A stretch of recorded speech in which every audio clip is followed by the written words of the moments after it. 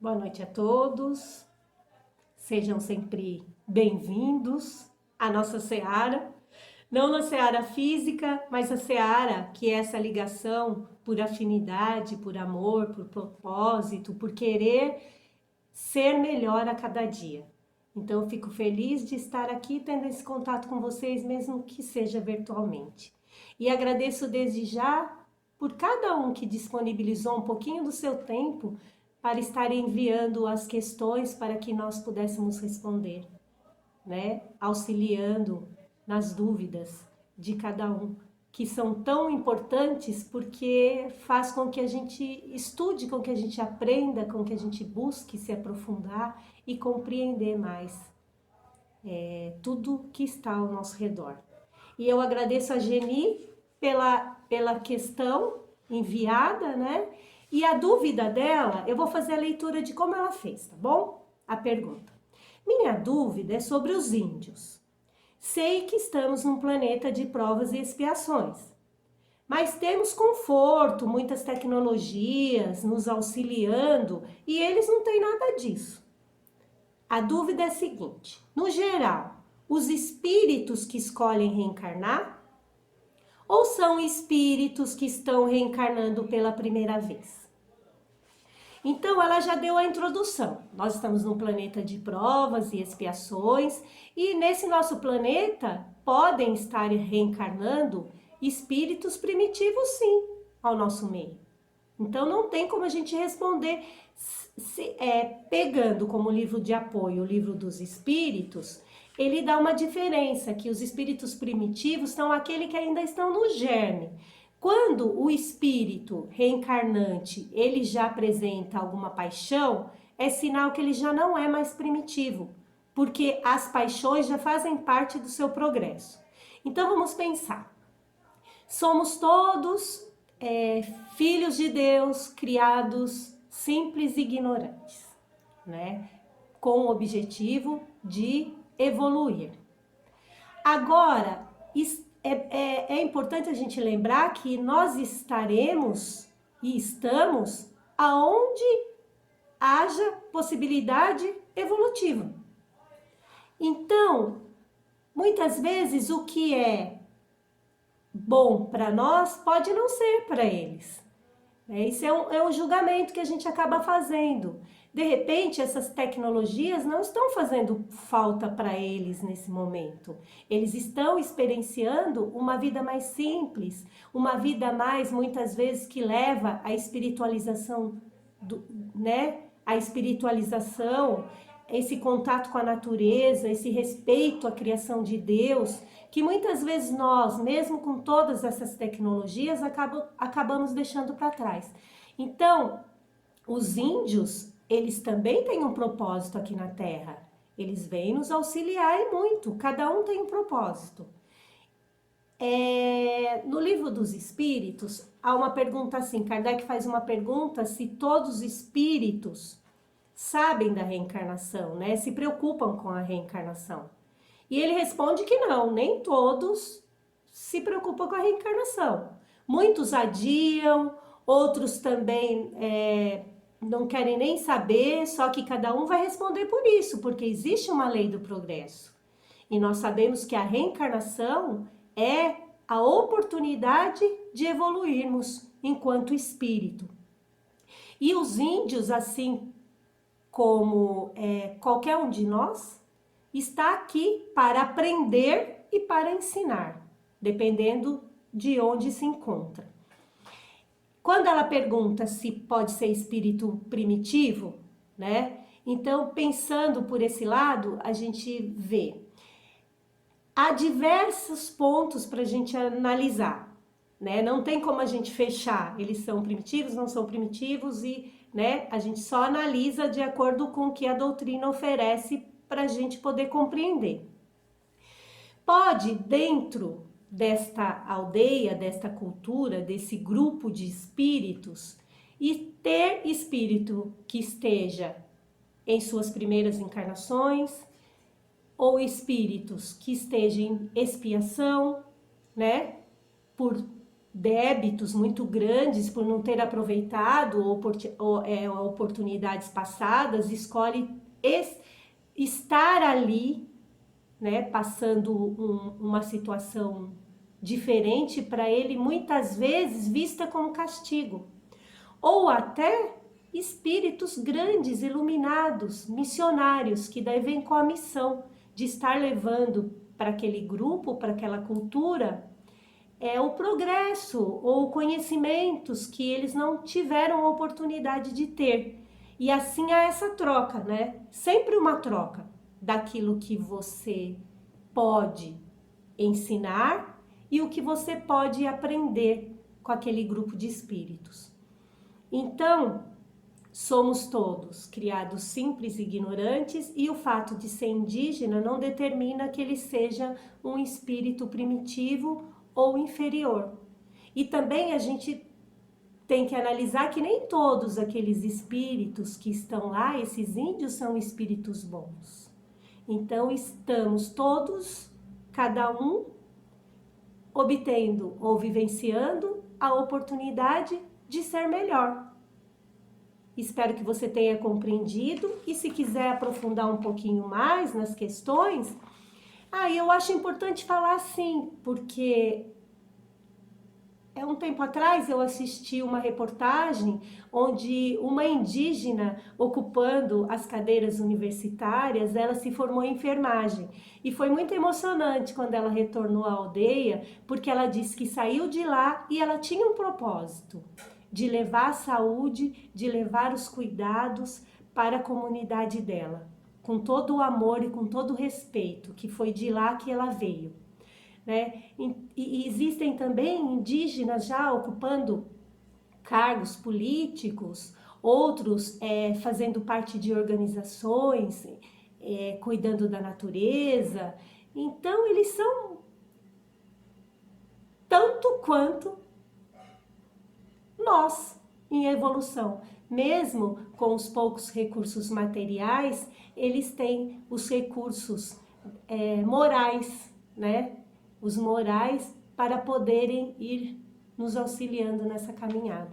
Então, eu espero que você tenha compreendido, e se quiser aprofundar um pouquinho mais, no Livro dos Espíritos, nas questões 258, 259, 264, 273, 331, 332.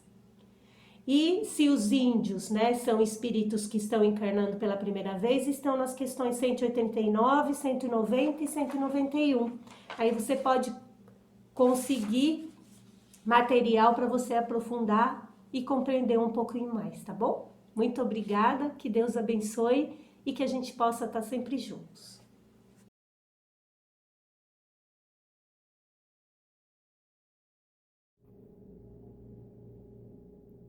Boa noite a todos. Que bom, né, estarmos juntos na seara de Jesus, não na seara física, mas na seara ligada através do pensamento, das afinidades, do querer ser melhor, do estudar a cada dia, do olhar para dentro de nós e a ir adquirindo essa iluminação, essa paz, essa vontade de aprender sempre. Então, hoje, a gente vai falar um pouquinho sobre a expansão. O que é a expansão da consciência? Então, quando a gente expande a nossa consciência, a gente precisa compreender, né, que nós somos seres individualizados que fazemos parte de um todo coletivo. Então, toda ação nossa, todo pensamento, tudo que fizermos vai refletir nesse todo coletivo. E o que é expandir o nosso pensamento, a nossa consciência? Expandir a nossa consciência é ter consciência disso tudo, de saber que a gente é parte integrante do universo e que a gente é responsável também por tudo que acontece no universo. Estamos passando agora por essa situação de aprendizado e bem sabemos, a gente tem consciência disso, de tudo que causamos para que isso aconteça.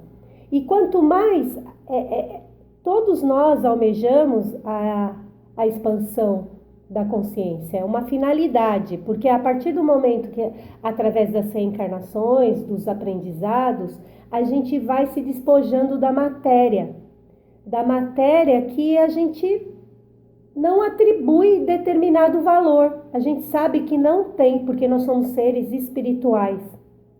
Só que nesse trajeto, nesse percurso, erramos, acertamos, ora agimos por instintivamente, ora deixamos o nosso ego falar mais forte para nós, mas a nossa consciência, o que é a finalidade, a busca, é voltar e encontrar a essência divina que nós somos dentro de nós.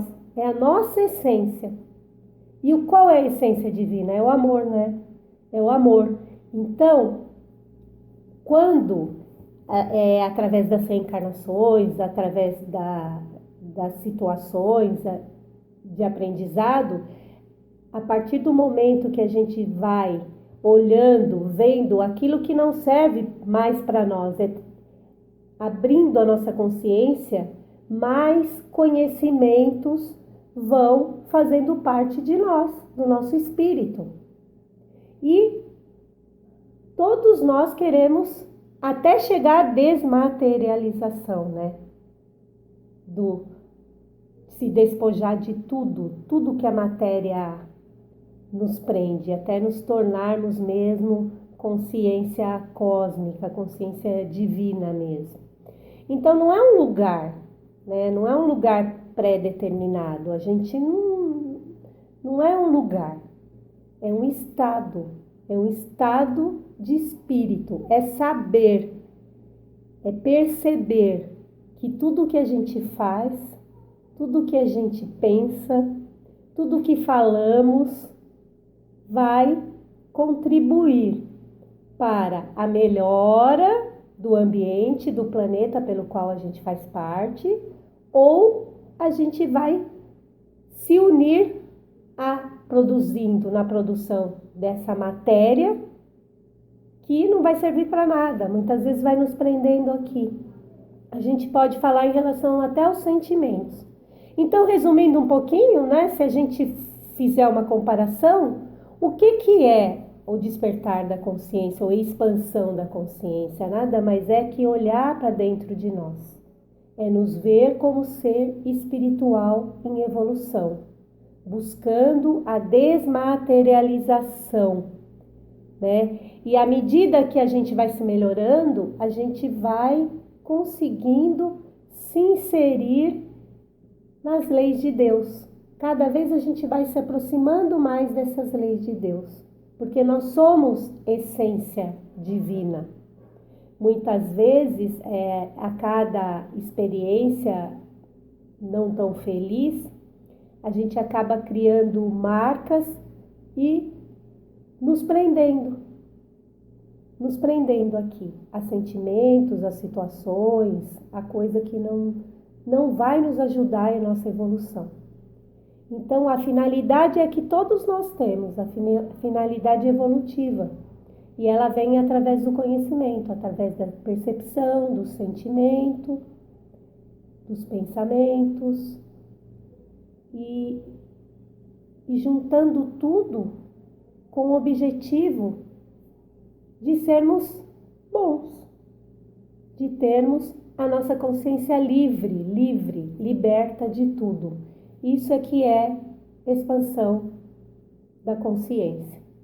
É saber o que estamos fazendo, é conseguir perceber e trabalhar para essa mudança.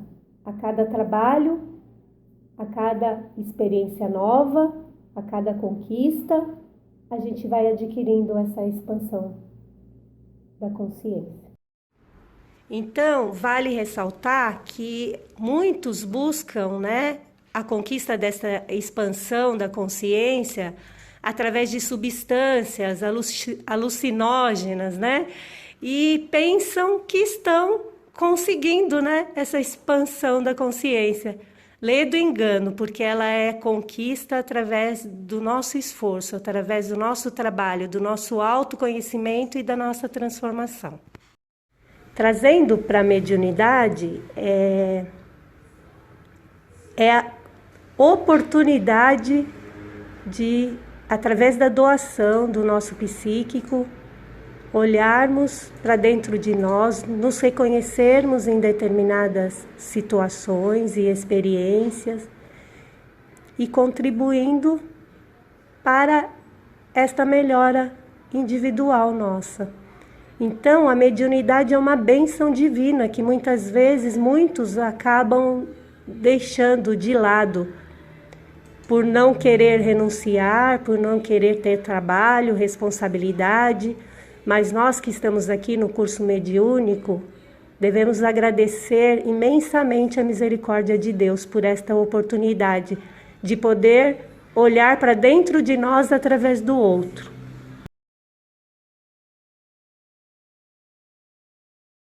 Dando sequência aqui ao curso, a direção do curso nos propôs responder perguntas sobre dúvidas que foram, obviamente, surgiram durante o curso. E as perguntas que coube a mim responder hoje são 3 questões. Elas são referentes ao Mediúnico 2, portanto são perguntas pertinentes à grade. E elas foram, essas questões, essas dúvidas surgiram no curso desse ano. Então a primeira pergunta, ela fala sobre comunicações escritas e seus efeitos inteligentes. A segunda questão é sobre médium de efeitos físicos e efeitos intelectuais. E a terceira é sobre corrente elétrica e corrente mental. Com relação, quando Kardec codificou o livro dos médios, ele dividiu praticamente o livro dos médios em dois tipos. Os médios de efeitos físicos e os médios de efeitos intelectuais. O médio de efeito físico é todo aquele médio que tem efeito ostensivo, que seria através, como aconteceu com Kardec quando ele codificou, com as irmãs Fox, quando houve aquelas batidas, aquelas pancadas. Então o efeito físico ele depende de ectoplasmia, de ectoplasma do médio. Então o médio ele fornece esse ectoplasma para o espírito a partir daí produz seus efeitos. Então batida, apagar, acender luz, abrir porta, enfim, algo ostensivo.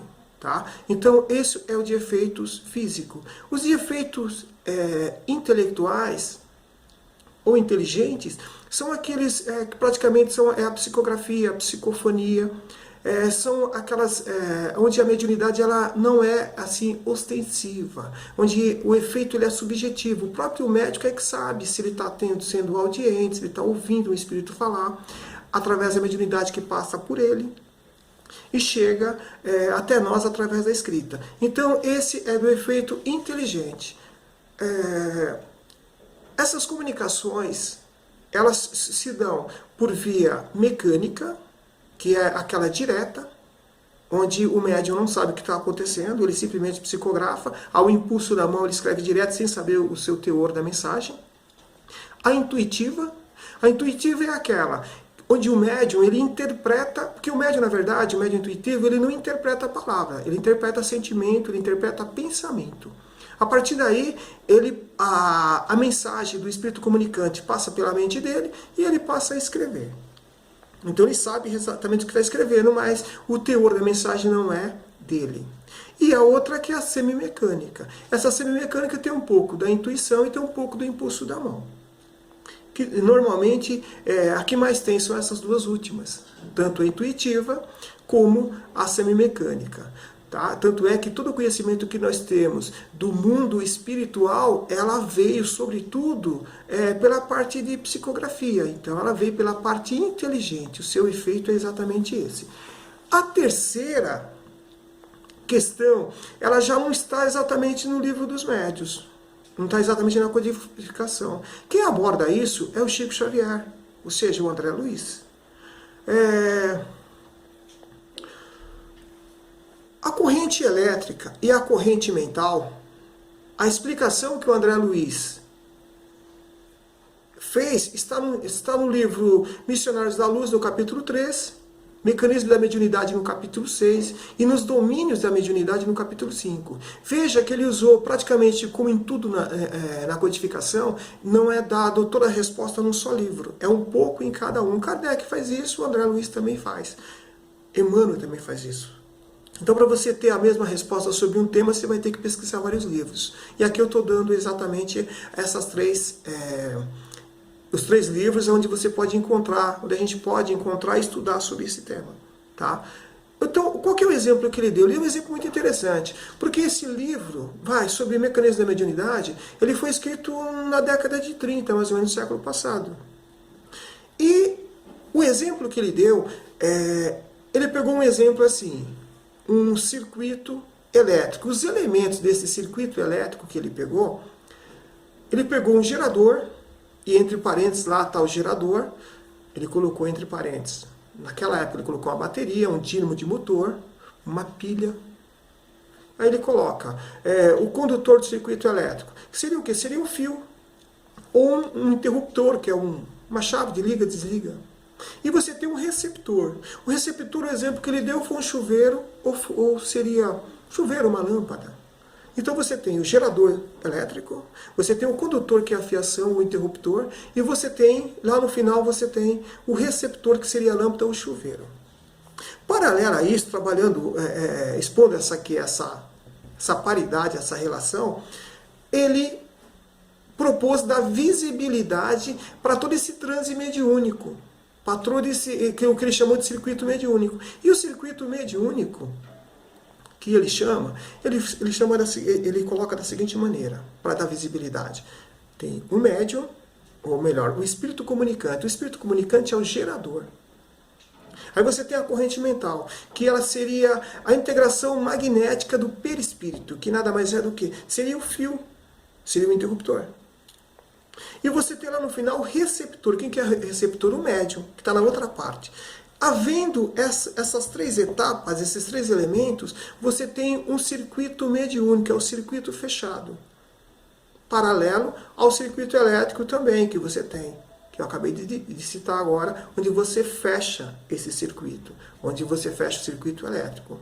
Tá? E André Luiz fala o seguinte, para que esse circuito mediúnico ele se forma, é quando o espírito comunicante ele emite uma vontade apelo. E o médium, recebendo essa comunicação, digamos assim, essa proposta, ele emite uma vontade resposta. Havendo a vontade apelo, chegando até o médium, e havendo a vontade e resposta do médium, se fecha o circuito. Por quê? Porque ele acolheu essa proposta dessa entidade. Ele acolheu. Então, durante esse transe, não pode haver essa quebra. Em momento nenhum, durante esse transe mediúnico, o médium ele pode se distrair. Se ele se distrair, se ele vacilar, qualquer coisa, você quebra, abre esse circuito. É como na corrente elétrica. Se você desligar a chave, o aparelho para de funcionar. No circuito mediúnico é a mesma coisa. Se você se distrai um pouquinho, muda o foco, o que acontece? Essa corrente mental, ela se desconecta. Se desconectando, cai o sistema. Desliga, então o trânsito se rompe. Então essa é a proposta, é a correlação da corrente mental com a corrente elétrica. Então o André Luiz foi muito feliz nisso. Na verdade ele usa o quê? Ele usa aí umas 10 folhas desses 3 capítulos, desses 3 livros com 3 capítulos, para explicar isso que a gente está sintetizando aqui. Tá bom? Espero que tenha chegado perto, mais ou menos, ou pelo menos estimulado aonde procurar para ter uma resposta um pouco mais clara, mais lógica. Tá bom, gente? Obrigado.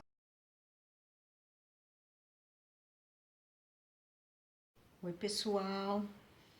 Espero que todos vocês estejam bem. E então hoje, quarta-feira, era para nós, alunos da Educação Mediúnica 2, né, estarmos reunidos lá na nossa Seara de Jesus para aprender um pouquinho mais à luz do Evangelho e da doutrina espírita. Mas devido aos acontecimentos, nós estamos então tendo a nossa reunião virtualmente. Mas está tudo bem, porque pelo pensamento nós nos ligamos. E então eu desejo que vocês estejam fortes, estejam bem e fiquem tranquilos. Com fé em Deus, daqui a um tempo estaremos juntos novamente, né? Então hoje nós fomos convidados a responder algumas dúvidas de vocês, e a pergunta que eu peguei é da nossa amiga Druziana. Devido ao nosso tempo curto, então eu não vou ler a pergunta total, mas ela pergunta sobre os sonhos.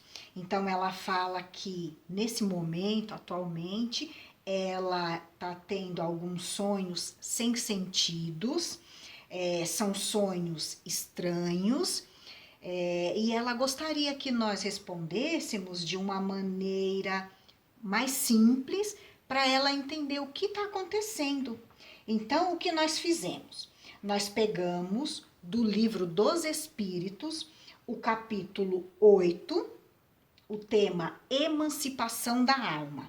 Então, esse capítulo inteiro, a partir da questão de número 400, o capítulo inteiro, estudem, leiam, que ele vai responder muito bem, com mais detalhes, essa questão sobre os sonhos. Eu separei a 401, que Kardec pergunta se durante o sono a alma repousa com o corpo ou não. E aí os espíritos respondem que não, que o espírito jamais está inativo. Então, a partir daí, a gente já consegue conversar um pouquinho. Então, o que nós respondemos? Que diante desses acontecimentos todos, nós ficamos muitas vezes preocupados, nervosos, ansiosos. E o que acontece nessa preocupação toda? Nós que somos espíritos, vivendo essa experiência corpórea, então o corpo físico, cientificamente falando, precisa de repouso, precisa recarregar as energias. Então, nós vamos dormir. Então, o corpo fica em repouso e nós que somos espíritos, envoltos no perispírito, que é aquele autório semimaterial que nós já estudamos em outras aulas, né? Então, a partir daí, nós teremos as experiências, vamos dizer assim, que o nosso coração realmente deseja. Então, nessa emancipação da alma, no sono, através dos sonhos, nós iremos encontrar com os nossos entes queridos, com os nossos amigos encarnados ou desencarnados, inimigos também. E nisso tudo também, como falamos também do corpo, cientificamente falando, há, como a própria Druziana falou no livro Libertação, André Luiz fala que muitas vezes os nossos sonhos também é uma limpeza da nossa mente. Então, se nós estamos vendo noticiários, muitos comentários, as pessoas muito nervosas, falando sobre o vírus, a quarentena, o isolamento social, então muitas vezes no momento desse nosso repouso, o nosso organismo, né, a nossa mente vai limpando. Então vai passando tudo aquilo para limpar o nosso pensamento e que a gente acorde melhor. Então, o que nós indicamos? Então, tem várias respostas, né? Assim, tem muitos itens que nós poderíamos trabalhar quando falamos do sonho, muitos. Mas, como dissemos que o tempo é curto, então nós dissemos, né, através aqui do Livro dos Espíritos, que nesse momento que nós estamos vivendo, então é uma limpeza, né, da nossa mente. Então, o que nós aconselhamos? Para todos nós, na verdade, que ao irmos dormir, no momento que nós sabemos que vamos repousar, vamos nos preparar. Então vamos levar a nossa garrafinha com água ou um copo com água, deixar ao lado da nossa cama, fazer uma prece do nosso pensamento ligado ao nosso coraçãozinho. Vamos fazer uma leitura de um trecho pequenininho do Evangelho para que a gente se acalme, para dormir bem, e dormindo bem teremos bons sonhos. Mas se tivermos mesmo assim ainda sonhos assim que não tem sentido, conturbados, ao amanhecer vamos fazer uma prece também, pedir que aquele pensamento, né, que a gente se acalme, e vamos fazer as nossas tarefinhas. Então, diante de um sonho conturbado, sem sentido, também não vamos nos culpar, ficar nos questionando o que está acontecendo comigo, eu não estou sendo boa trabalhadora, não estou fazendo um trabalho espiritual porque eu estou tendo esses sonhos. Não, não vamos nos maltratar com esses pensamentos. Porque nós sabemos que o sonho, aquele sonho que a gente lembra com riqueza de detalhes, é uma faculdade mediúnica. Então, nem todos lembram. E todos nós trabalhamos sim. No momento dessa emancipação da alma, é que muitas vezes a gente não lembra. Tudo bem? Então, espero que eu tenha conseguido responder, mas se não respondi, pesquisem, por favor, então, no livro, né, dos Espíritos. Na próxima aula de dúvidas, podem perguntar e vamos juntinhos, então, esclarecendo as dúvidas, como nós falamos, à luz da doutrina espírita e do Evangelho. Então, fiquem com Deus. Beijo para vocês.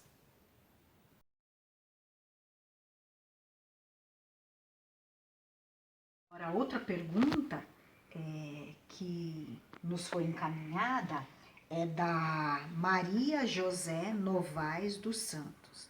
Então, um beijo para você. Ela fala que ela faz um resumo sobre uma aula que nós tivemos no ano passado, que falou sobre locais assombrados, e aí ali decorreu-se, né, assim, vários questionamentos que foram esclarecidos. Porém, a dúvida envolvendo esse tema dela é se o Sol pode interferir nas ações dos espíritos, se isso é possível. Então, a dúvida dela né, se, então, durante o dia ou durante a noite, como funciona a ação dos espíritos? Eles interferem mais à noite? O Sol queimaria essa ação? Então, eu acredito que é essa a dúvida dela. Então, o que nós fizemos novamente? Pegamos uma outra questão aqui do Livro dos Espíritos. Então, no livro 2, capítulo 4, nós pegamos a questão 188, mais precisamente uma nota de Kardec lá no rodapé, que ele fala assim, que o Sol não seria um mundo habitado por seres corporais, mas um local de reunião dos espíritos superiores, que de lá irradiam seus pensamentos para os outros mundos. Então, olha que bonito. Então, vamos imaginar que os espíritos superiores, nessa reunião no Sol, então, encaminham os pensamentos positivos para todos nós. Então, nós também, de acordo com os estudos que já tivemos, sabemos que tudo é pensamento. Então, como eu estou? Qual é a minha sintonia? O que eu estou alimentando através do pensamento? Por quê? Nós também já ouvimos algumas pessoas falando assim popularmente, né, quando uma pessoa é mais nervosa, é mais brava, olha, aquela pessoa ali é de lua. Por quê? As pessoas entendem que a lua, a alguns momentos ela tá cheia, depois ela já tá crescente, depois ela tá minguante, aí a gente não enxerga, então ela é inconstante. Enquanto o Sol, quando ele aparece, aquece, é sempre do mesmo jeitinho. E nós também sabemos, cientificamente falando, ou de acordo com a medicina, que o Sol é o que corrige, né, a nossa vitamina D. E atualmente muitas pessoas até fazem uso de vitamina D, né, em comprimido, por causa da falta da exposição ao sol. Então nós usamos protetor solar e ficamos dentro de casa. E espiritualmente falando sobre essa ação dos espíritos, novamente esclarecemos o nosso pensamento.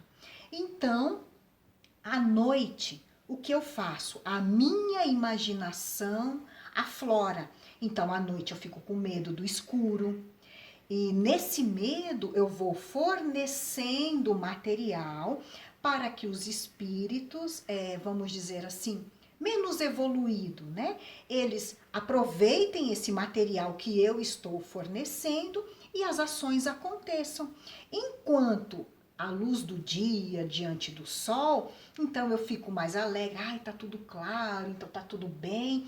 Então vamos dizer assim, eu forneço menos material para que os espíritos menos esclarecidos, então eles não conseguem atuar, porque eu estou pensando de maneira positiva, olha o sol, que dia lindo, então eu vou fazer as minhas coisas, vou fazer as minhas tarefas, então eu não tenho esse medo. O material que eu estou doando, que eu estou fornecendo é um material positivo, então eu tenho disposição para ler, para estudar, para trabalhar. Então, percebam que tudo é o meu pensamento. Então, por isso que a pergunta dela falando se essa ação do sol interfere nesse sentido, porque nós podemos fazer coisas boas ou não tão boas durante o dia ou durante a noite. Tudo vai de acordo com o meu pensamento. Tudo bem? Então, espero ter respondido. E qualquer coisa, vocês continuem mandando as perguntas que nós vamos responder nas outras aulas de dúvida. Beijo!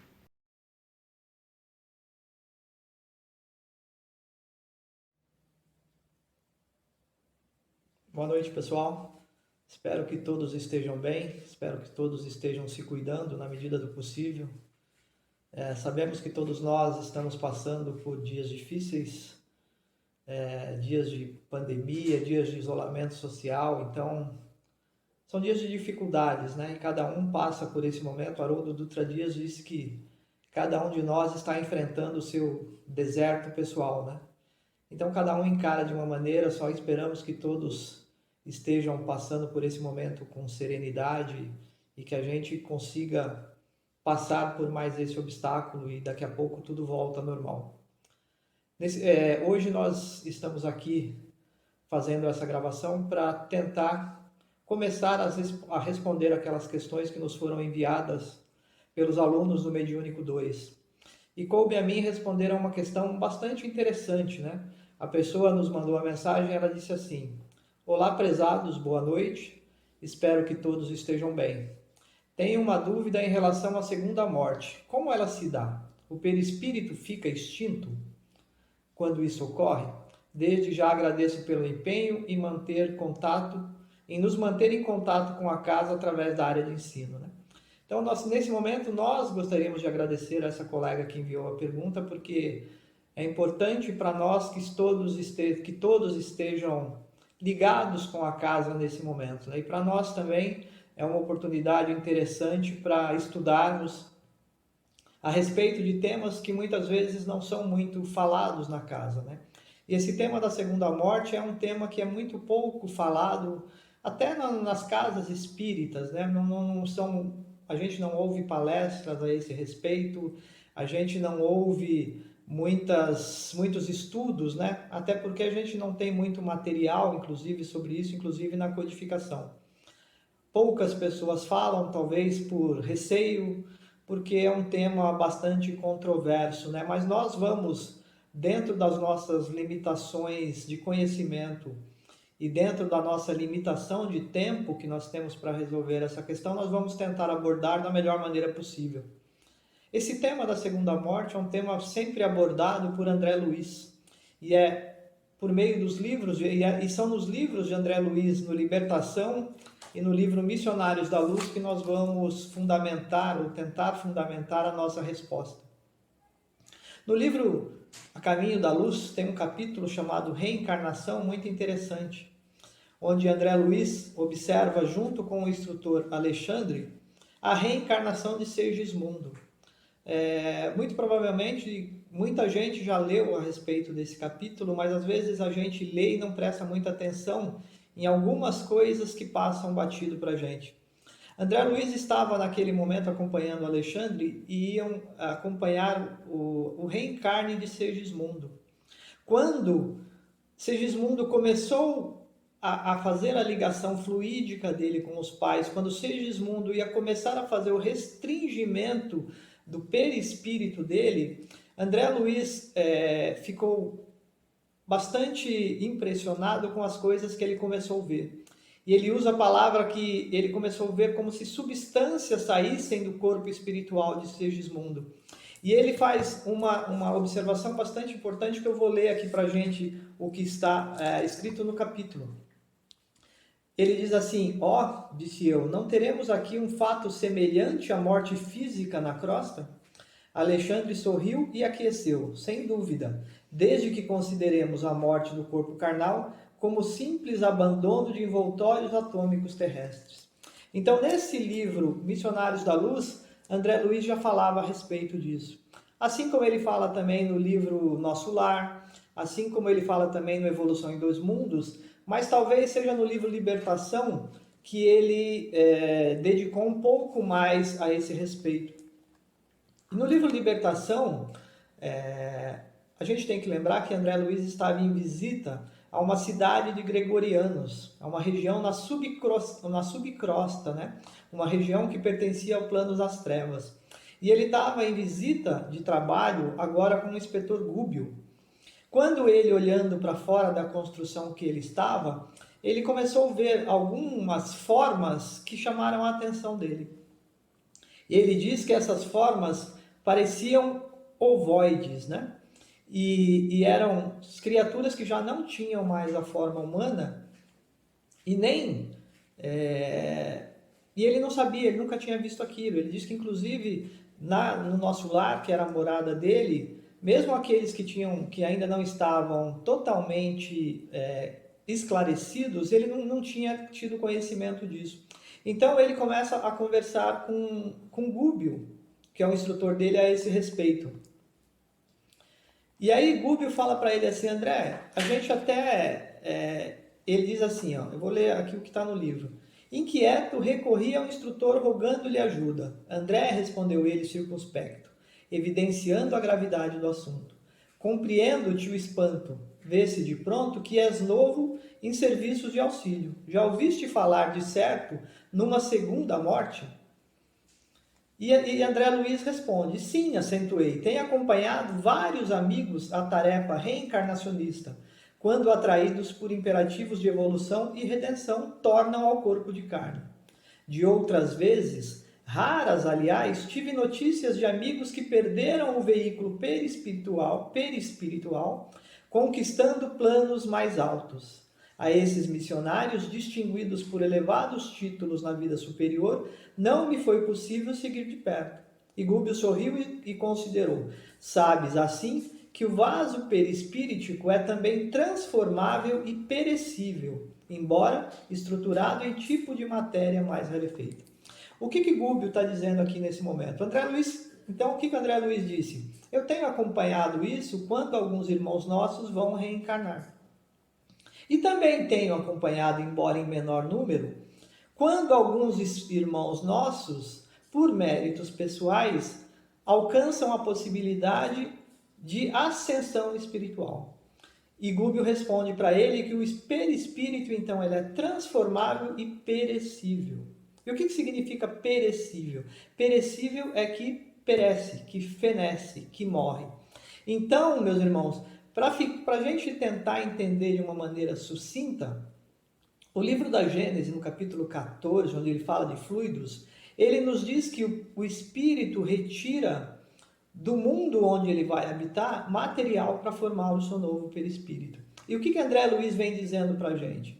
Que um espírito, então, quando ele vai migrar para uma região mais elevada, ele precisa se despir daquele perispírito antigo que ele tinha, para se vestir com um novo perispírito da região que ele vai agora reencarnar. Então ele parte com o corpo mental e depois ele vai formar com as matérias sutis daquela região um novo perispírito. E o mesmo acontece quando nós vamos reencarnar aqui na crosta da Terra. Às vezes, irmãos nossos vêm de esferas mais altas, eles precisam se despir daquele material que reveste o perispírito deles naquele momento e formarem um novo corpo espiritual com as matérias que eles vão encontrar agora no novo local de reencarne deles. Então, alguns autores dizem que desencarna-se ou morre-se, né, para cima e morre-se para baixo. Tanto quando eles migram para regiões superiores, quanto quando tem que migrarem para regiões inferiores. Então, isso é o que eles chamam de segunda morte. Na verdade, o Livro dos Espíritos nos diz que o espírito está sempre envolto pelo perispírito. E a gente sempre estuda que nós temos corpo físico, espírito e perispírito. Mas, na verdade, nós também temos vários outros corpos a formar a nossa essência, né? Chico Xavier dizia que nós temos 7 corpos densos e outros tantos corpos menos densos. Então, espero que eu tenha conseguido explicar em breves palavras, porque o tempo não permite que a gente se alongue muito, mas acima de tudo a ideia inicial é que pelo menos a gente tenha suscitado a curiosidade para que mais pessoas leiam, né?